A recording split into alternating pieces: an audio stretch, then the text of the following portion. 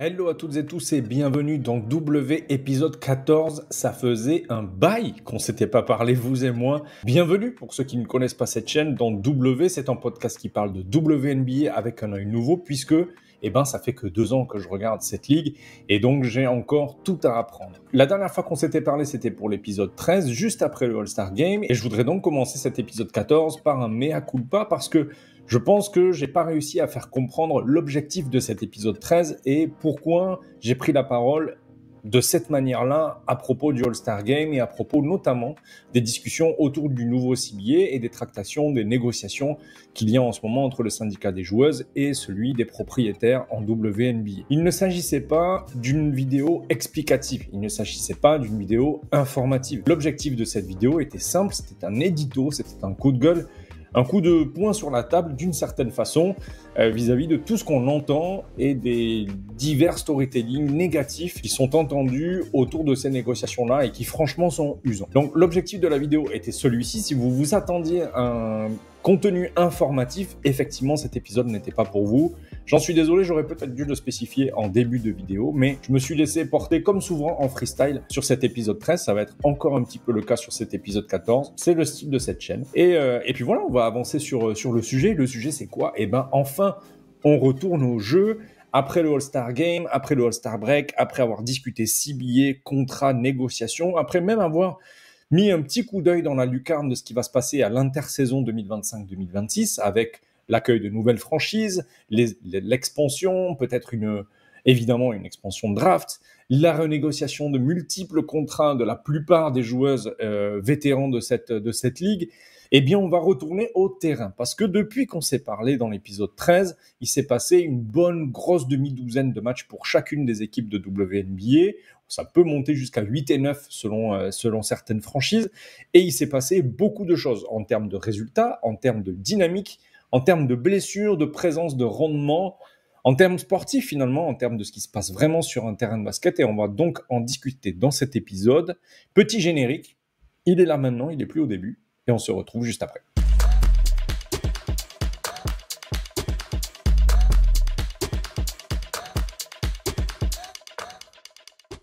Retour donc du jeu dans cet épisode 14, W. Et la première chose dont je vais vous parler, c'est la nouvelle que j'attendais le plus depuis le tout début de la saison WNBA et depuis même sa blessure lors de la première saison que j'ai regardée. C'est tout simplement le retour de Cameron Brink, la pivot, l'intérieur des Los Angeles Sparks, qui s'était blessé au talon d'Achille, si je ne me trompe pas, la saison dernière, en pleine saison, qu'il l'avait fauché sur une très très belle campagne, notamment en défense rookie pour Los Angeles. Et on avait parlé en début de saison de la saison des Sparks. Et ce qu'on avait dit sur cet épisode centré sur les Sparks, c'était que les statistiques de Kelsey Plum étaient un peu l'arbre qui cachait la forêt.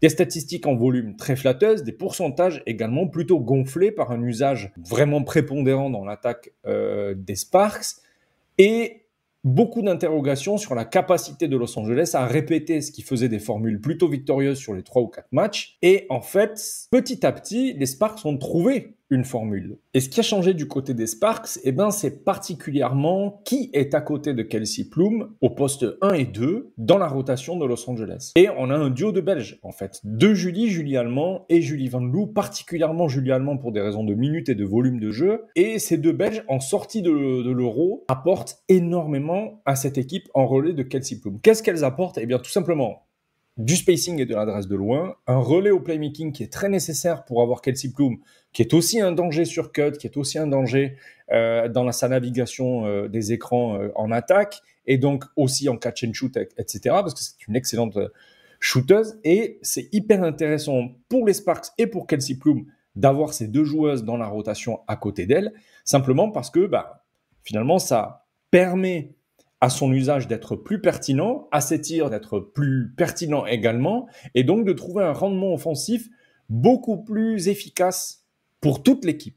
Et ça, c'est vachement important parce que au-delà de ces deux guards en relais de Kelsey Plum, on a aussi deux intérieurs qui font très bien le boulot, Azura Stevens et Dereca Ambry. Si Dereca Ambry est plutôt une joueuse référencée en WNBA, Azura est en train de, j'ai l'impression de ce que je lis, que ce soit dans la presse francophone et également dans les médias US, je lis que cette saison d'Azura Stevens est particulièrement éclatante. Elle est éclatante au regard de ce qu'elle a produit auparavant en WNBA, mais surtout, elle est éclatante pour ce que fait le Sparks avec elle. Il y a de l'adresse, du spacing et un petit peu de dissuasion également, parce qu'elle est tout à fait capable en défense.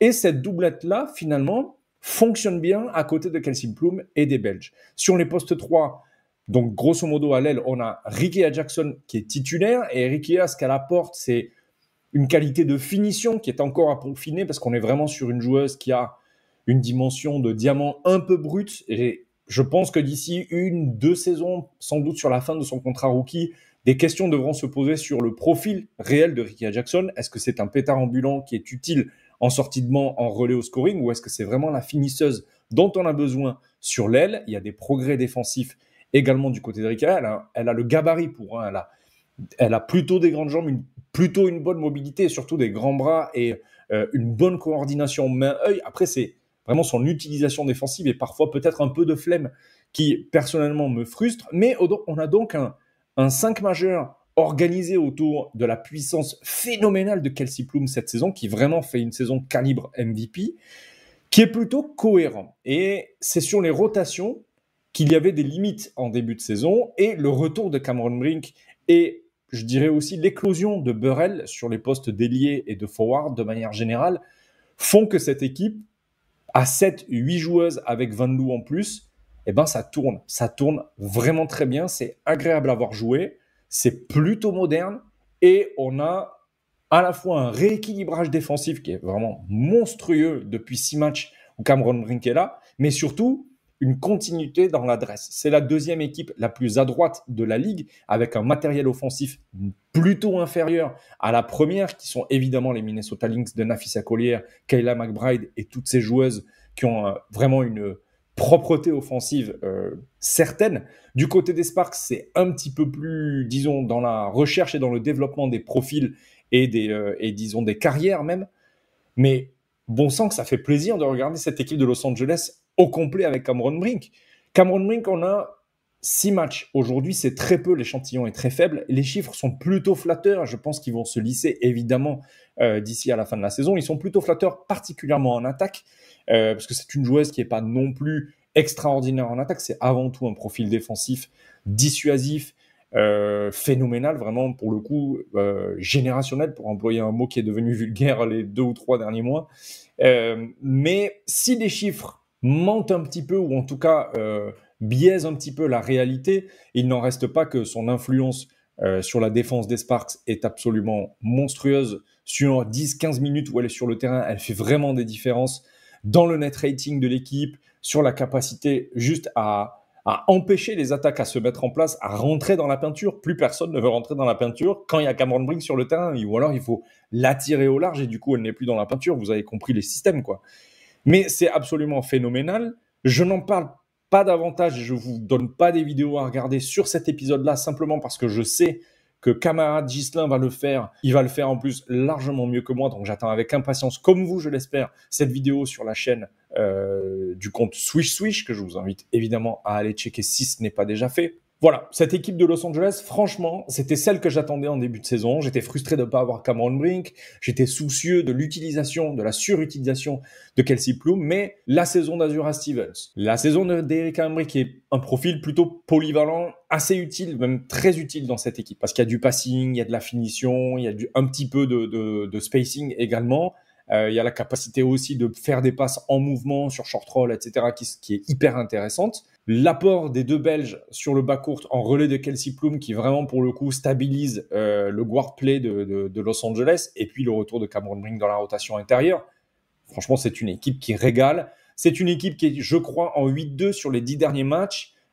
C'est le bilan opposé, c'est le 9e bilan de la Ligue pour l'instant, donc il y a effectivement une pente à remonter, mais la dynamique est phénoménale, et surtout l'équipe qui est au-dessus, on va en parler tout de suite, c'est pas du tout la même belote. Il s'agit des Seattle Storm, et souvenez-vous, quand en début de saison, je parlais avec beaucoup de doutes et de soucis des Sparks, je parlais parallèlement avec beaucoup, pas forcément de certitude, mais d'enthousiasme, en tout cas, du Storm, de Gabby Williams, Nneka Ogwumike, Skylar Diggins. Voilà, des noms qui, dans cette ligue, comptent historiquement. Nneka Ogwumike est une former MVP. Skylar Diggins est une des meilleures meneuses des 10 dernières années. C'est une équipe qui est expérimentée, coachée par une coach référencée, mais il y a tellement de choses aujourd'hui qui sont critiquables au Storm qu'il faut qu'on en parle. Il faut qu'on en parle absolument dans ce podcast, juste après les Sparks, parce qu'en réalité, les dynamiques sont absolument opposées. Vous avez une courbe super ascendante pour Los Angeles et vous avez une courbe super descendante pour le Storm, qui, je crois, est à peine à 3 victoires sur les 10 derniers matchs.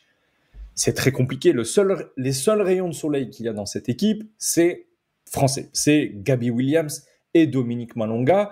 On va rapidement passer sur le cas Dominique Malonga. Dominique, rookie, avec une rotation intérieure, Ezi McBegor, Nneka Ogwumike, qui est encadrante pour elle, qui relève à mon avis de l'ordre du mentorat, et c'est super positif pour elle, on en avait déjà parlé. Néanmoins, Dominique ne pouvait pas prétendre en début de saison, avec cette rotation-là du côté des Storms, à avoir 25 minutes de jeu et donc à développer immédiatement l'ensemble de sa palette offensive et défensive pour l'équipe de Seattle. Et donc on a dû composer avec les 8, 10, 12, 15 et puis de plus en plus de minutes que Dominique a réussi à amalgamer chemin faisant au fur et à mesure de la saison. Et là on arrive à peu près à 30 matchs joués et on commence à voir Dominique enchaîner les doubles-doubles, enchaîner des matchs en 20-10, elle vient d'en faire 2 d'affilée, et enchaîner surtout les très bonnes décisions, parce qu'au-delà des stats bruts et de la box score, ce qui personnellement me plaît le plus dans ce que je vois de Dominique de match en match, c'est l'amélioration de la qualité de ses prises de décision. En tout début de saison, on a une Dominique qui arrive très brute, à polir, et finalement, ce qui pesait sur son jeu, c'était la rapidité de la WNBA et les décisions qu'elle devait prendre dans cette rapidité qui était bien au-dessus de ce qu'elle était capable de fournir à ce moment-là, en arrivée en tant que pick 2 dans la franchise des Storms en début de saison. Et ce qui s'est passé, c'est que petit à petit, en agrégeant des 8, 10, 12 minutes match après match, eh bien Dominique a réussi à ralentir le jeu autour d'elle et de fait à se faciliter les décisions. Et qu'elle prenne des décisions de finition, de playmaking ou des décisions défensives, aujourd'hui, le déchet est nettement moins important qu'en début de saison. Et on a une Dominique qui est propre, qui est utile, qui est positive. Et finalement, aujourd'hui, Dominique, elle est presque une des seules avec Gabby Williams sur lesquelles je ne pourrais pas pointer le doigt dans cette équipe du Storm. J'en viens à parler de Gabby Williams. Claire, candidate à la fois MIP et DPOY. C'est la leaduse aux interceptions en WNBA cette saison. C'est une défenseuse sur point d'attaque extraordinaire. C'est une défenseuse en aide extraordinaire. Disruption, dissuasion. De l'autre côté, playmakers de grand talent, finisseuse au cercle, même si on se plaindra, j'ai l'impression toute la saison, du peu d'accès sur drive qu'elle va chercher au cercle. Et c'est dommage, tant sa qualité est extraordinaire sur cet aspect-là de son jeu. Il y a plutôt une bonne adresse à 3 points, il y a plutôt un bon volume aussi à 3 points, donc elle participe à la géométrie de son attaque et au spacing, elle génère du mouvement, enfin c'est beaucoup de choses dans cette équipe Gabby Williams. Et encore une fois, pour faire le parallèle avec Dominique, je n'ai pas l'impression qu'aujourd'hui le Storm soit à la hauteur de ce que donne Gabby Williams sur le terrain de basket quand elle joue avec la tunique verte et jaune. D'où ça vient? Bien d'abord de Noelle Quinn. Alors en début de saison, on me dira que tu vas voir, Coach Quinn, c'est pas top, elle est bien pour développer les joueuses, mais là, on arrive à la fin du projet du Storm, qui normalement devrait être candidate au titre avec l'effectif qu'elles ont. Je suis complètement d'accord avec cette assertion. Et aujourd'hui, après 30 matchs où j'ai particulièrement regardé le Storm, puisque je vous en parle depuis quasiment l'épisode 2 ou 3 de W, ouais, Noelle Quinn, tu fais des choix de rotation, tu fais des choix de système sur le terrain qui sont clairement douteux. Clairement, aujourd'hui, je pense, frustrent les joueuses du Storm, et on le voit parfois dans les huddles, on le voit en fin de match, on a des joueuses qui sont dépitées d'avoir eu à jouer ce qu'elles ont dû jouer. Mais toutes les responsabilités ne sont pas sur les épaules de Noelle Quinn. Il y a aussi, pour moi, des grosses questions de matériel sur les postes 1 et 2. Skylar Diggins est une joueuse de pick and roll extraordinaire, sans doute passeuse notamment sur pick and roll, vraiment de très haut niveau, capable également de ressortir et de prendre quelques shoots à 3 points. Et la sélection de tirs mid-range à 2 points est vraiment hautement critiquable, franchement. Et puis à côté d'elle, vous avez donc Erica Wheeler qui prend beaucoup de paris défensifs. Alors bien sûr, on est couvert par Ezi McBegor, 10 points en titre, par la longueur de Dominique Malonga quand elle remplace Ezi McBegor, par Nneka Ogwumike qui n'est pas en reste en défense. Donc bien sûr, ce secteur intérieur permet de prendre des risques. En plus, on a Gabby Williams qui est extraordinaire sur les ailes en défense. Donc oui, ok, on peut prendre quelques risques, mais si vous cumulez ces risques à des prises de tir qui sont douteuses en attaque, en plus de ceux de Skylar Diggins, ça fait des postes 1 et 2 vraiment au decision making particulier, difficile à appréhender pour le Storm. Et en plus, on a une arrivée en trade qui est l'arrivée de Sykes, qui est une arrière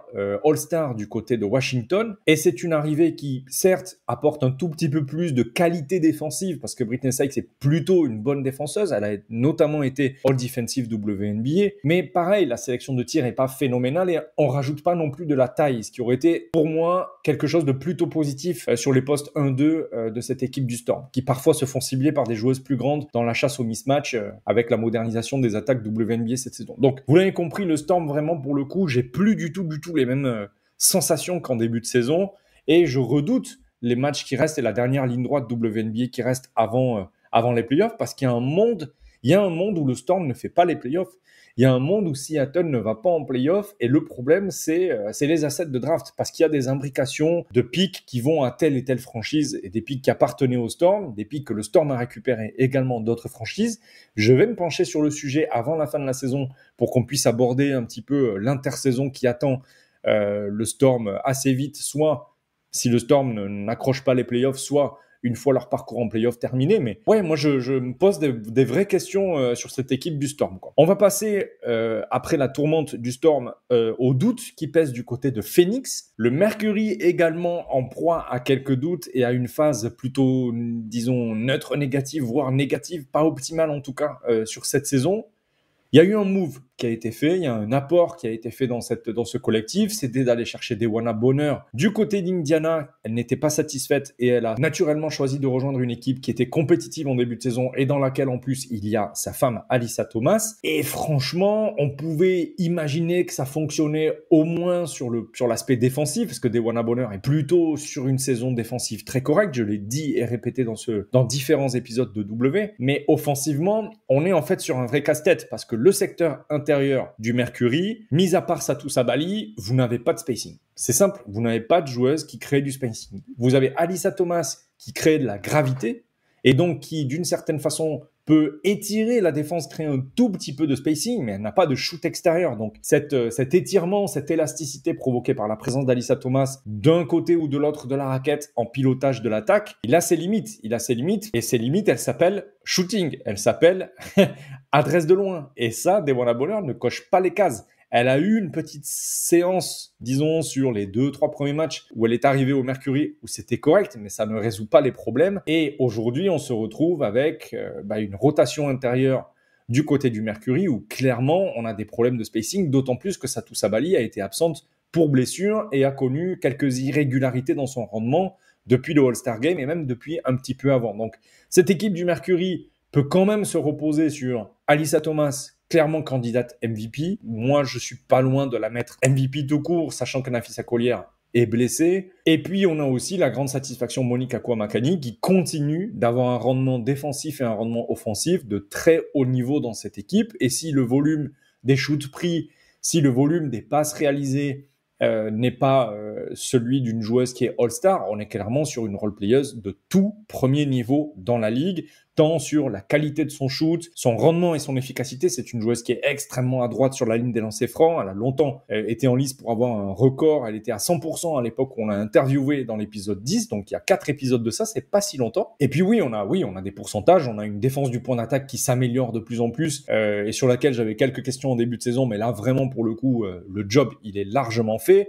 On a toujours une aussi bonne entente avec Alyssa Thomas sur des pick and roll, écran de petite pour drive des grandes. Non, ça fonctionne très bien pour Monique du côté du Mercury. Quelques questions donc sur le Mercury qui vont rester en suspens le temps qu'on ait davantage d'échantillons avec des Wana Bonner, mais quelques questions quand même qui personnellement me rassurent pas, d'autant plus qu'on a une équipe qui continue de très bien évoluer, c'est Atlanta, dont on parlera dans un prochain podcast d'ici quelques jours. Je vais sans doute réenregistrer très vite pour qu'on puisse parler de davantage d'équipes. Mais voilà, Phoenix, c'est pas la folie. On va surveiller un peu comment ça se passe sur ces équipes de la tête des standings WNBA. Il y a le Fever aussi qui est dans une mauvaise passe. Mais avant de parler du Fever, je voudrais qu'on parle des Minnesota Lynx qui sont toujours premières de la ligue, qui sont toujours à 9 victoires pour une défaite sur les 10 derniers matchs. C'est une vieille habitude pour cette équipe qui est écrasante cette saison en WNBA, avec ou sans Napheesa Collier, ce qui est assez monumental tout de même. Vraiment, bravo Minnesota pour nous livrer une telle saison. C'est vraiment d'abord agréable à voir parce que c'est un jeu qui est moderne, qui est collectif et qui propose vraiment du très très beau basket. Et ensuite, c'est super bien coaché. Il y a des solutions à chaque problème trouvé, possession après possession. Et c'est pour ça que cette équipe gagne. Et c'est pour ça que celles dont on a, disons, évoqué les doutes sur les dernières 10-15 minutes de ce podcast, ont plus de mal. C'est parce que les solutions et les ajustements ne viennent pas. Et donc, les Lynx ont fait un move depuis le All-Star Game. Elles sont allées choper en trade Dijonay Carrington. Vous savez que j'ai beaucoup de sentiments pour cette joueuse. Franchement, sa saison l'an dernier m'avait vraiment beaucoup plu du côté du Connecticut Sun avec Alyssa Thomas et les autres joueuses. J'avais beaucoup aimé son apport défensif. Je trouvais que c'était une défenseuse extérieure extraordinaire. Je la voyais honnêtement deep boy. Je voyais peu de joueuses de ce niveau-là.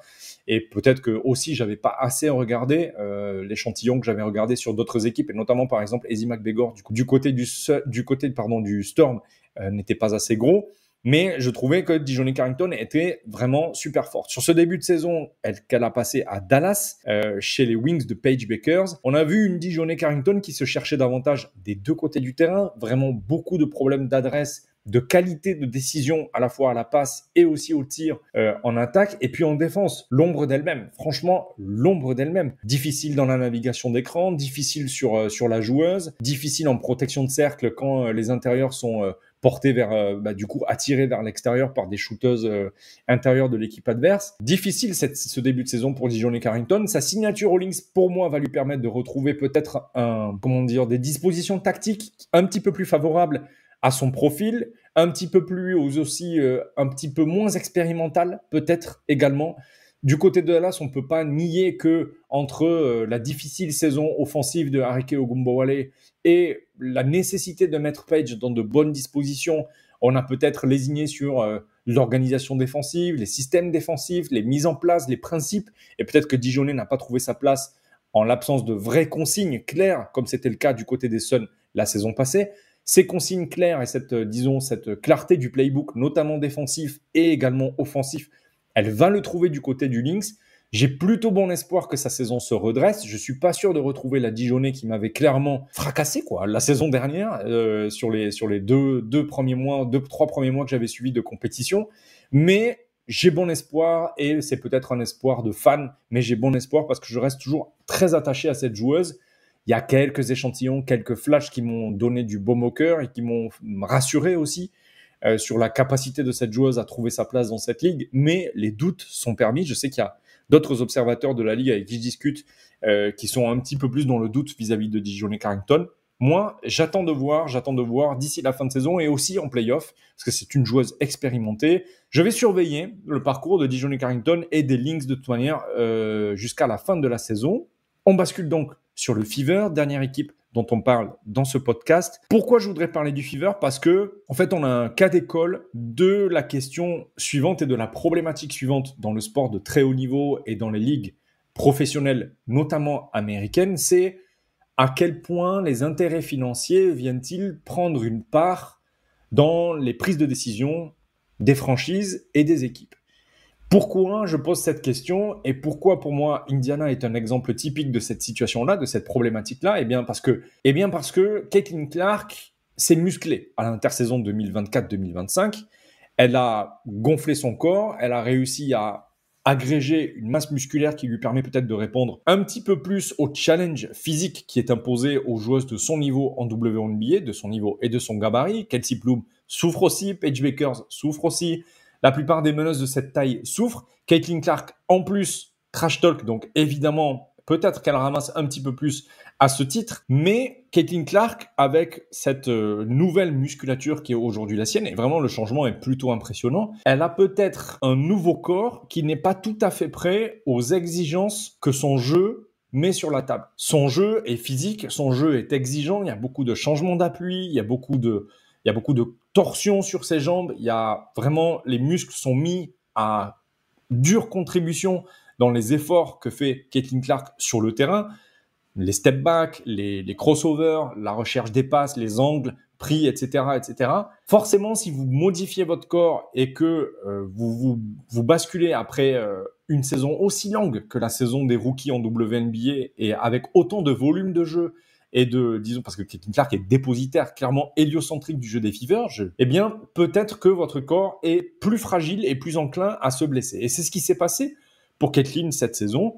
On a une Caitlin Clark qui s'est blessée plusieurs fois au même endroit. Il me semble que c'est le mollet, donc blessure musculaire à la jambe. Ensuite, par compensation, après un retour un peu rapide, eh bien, on a une Caitlin Clark qui se blesse de l'autre côté par compensation. Donc, on a une situation de blessure et un dossier médical de Caitlin Clark cette saison qui commence à se remplir. Et honnêtement, la question de la gestion des retours de Caitlin à la compétition, pas sûr d'y répondre très positivement en faveur de ce qu'a fait le Fever cette saison, quoi. Je trouve que, honnêtement, le Fever a pas forcément bien négocié les blessures de Caitlin Clark en WNBA cette saison. Et pour moi, le centre du problème, c'est à quel point Caitlin a de la valeur financière pour la franchise au-delà de la valeur sportive. On le sait, avant l'arrivée de Caitlin Clark en WNBA au Indiana Fever, le Fever, c'est une des audiences les plus basses de la ligue. Et c'est un des taux des remplissages les plus bas de la ligue. C'est une équipe qui est au bout du rouleau, qui commence à drafter un projet cohérent, notamment avec Aliyah Boston, mais c'est aussi une équipe qui peine à remplir sa salle avec à peine 4000 spectateurs dans la salle sur, je crois, 10 ou 12 000 places disponibles. Donc, quand vous remplissez votre salle à un tiers de sa capacité, c'est compliqué financièrement de s'y retrouver. Et en plus, on n'avait pas la dimension des audiences nationales et des retransmissions des matchs. Et ça, c'est une dimension économique qui, à mon avis, influence fortement les décisions du staff médical et de la franchise du Fever quant au fait de faire revenir Caitlin Clark dans des délais cohérents ou non. Et franchement, ça, c'est pas très agréable quand on est fan de WNBA de voir les joueuses être précipitées sur le terrain, particulièrement pour des intérêts financiers. Je peux comprendre que pour les fans qui sont dans le stade, c'est évidemment mieux de voir la joueuse principale, la franchise player de l'équipe sur le terrain. Mais il faut aussi comprendre que les raisons de santé sont prioritaires, primordiales sur la longévité d'une joueuse à l'intérieur d'une franchise et à l'intérieur d'une ligue. Plus on permettra à Caitlin de se reposer, plus Caitlin passera du temps sur le terrain à moyen terme. Et évidemment, Indiana a des ambitions. On en parlait en tout début de saison et en tout début de podcast W dans les premiers épisodes. Les ambitions d'Indiana sont, à juste titre, très hautes en début de saison.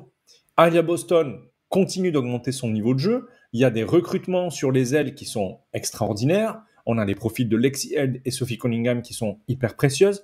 On a évidemment Caitlin Clark. Et puis, on a d'autres profils qui continuent de trouver leur jeu au milieu de cet effectif. C'est plutôt bien coaché et il y a de nouvelles idées qui commençaient à poindre en début de saison par rapport à la saison dernière qui clairement faisaient passer Indiana dans une dimension supérieure. Et notamment, on en a parlé plusieurs fois, Aegis sur la chaîne Swish Swish en a également parlé, la dimension off-ball de Caitlin est un des exemples qu'on peut citer là-dessus. Le problème, c'est qu'avec les blessures multiples et variées de Caitlin Clark, on peut se poser la question de l'ambition à l'instant T du Fever sur la continuité de sa saison et sur son parcours en play-off. Mais là où la question pour moi se contraste et s'intensifie, c'est si on fait revenir Caitlin trop tôt et qu'elle est fragile pour le reste de la saison.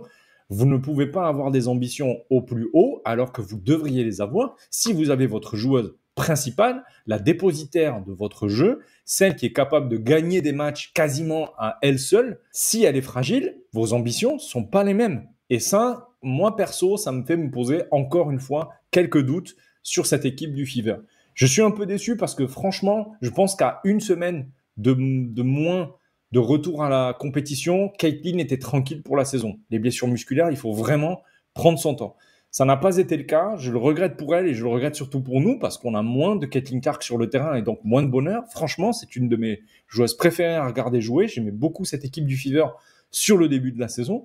Donc là, je n'ai qu'une hâte, c'est que Caitlin Clark revienne à fond dans la compétition, à 100% de ses moyens, si ce n'est pas 110% avec la certitude que ses muscles ne la lâcheront pas d'ici à la fin de la saison. Et surtout, j'aimerais beaucoup que sur l'intersaison prochaine, elle travaille sur le renforcement musculaire, qui n'est non pas le développement musculaire, mais juste la qualité du muscle et la qualité, disons, de la sérénité avec laquelle elle va se pouvoir disposer de son corps dès la saison 2026. Je crois que j'ai abordé tout ce dont je vous ai parlé dans ce podcast, dans cet épisode 14. Épisode 15 dans quelques jours. On continuera à parler des équipes, puisqu'on va faire un petit tour d'horizon de ce qui se passe là à moins de 15 matchs avant la fin de la saison. Très hâte de vous retrouver pour l'épisode 15 et d'ici là, ciao!